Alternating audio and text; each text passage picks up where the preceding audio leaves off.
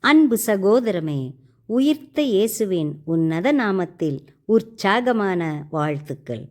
Every break through is a setup for a comeback. Through resilience we will win.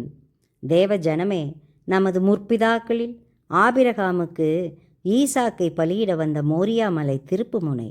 நோவாவுக்கும் அவன் குடும்பத்தினருக்கும் ஜலப்பிரளயம் ஒரு திருப்புமுனை. சிறை கைதி யோசேப்புக்கு எகிப்தின் ஆளுநர் பதவி திருப்புமுனை.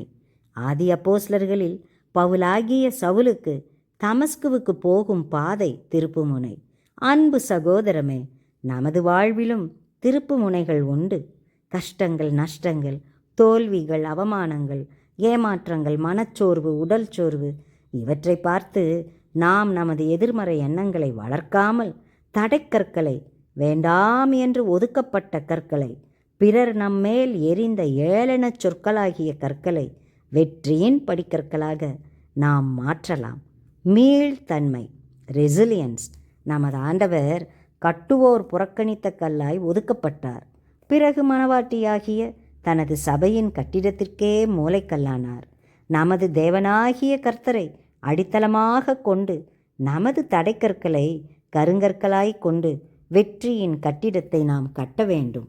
வெள்ளம் போல துன்பம் வந்தாலும், புயல் போல சோதனை வந்தாலும், நமது ஆண்டவர் எழுந்தருளி உள்ள கட்டிடத்தை, பரிசுத்தாவியின் ஆலயத்தை ஒரு நாளும் அசைக்க முடியாது. நாம் ஜெபிக்கலாமா?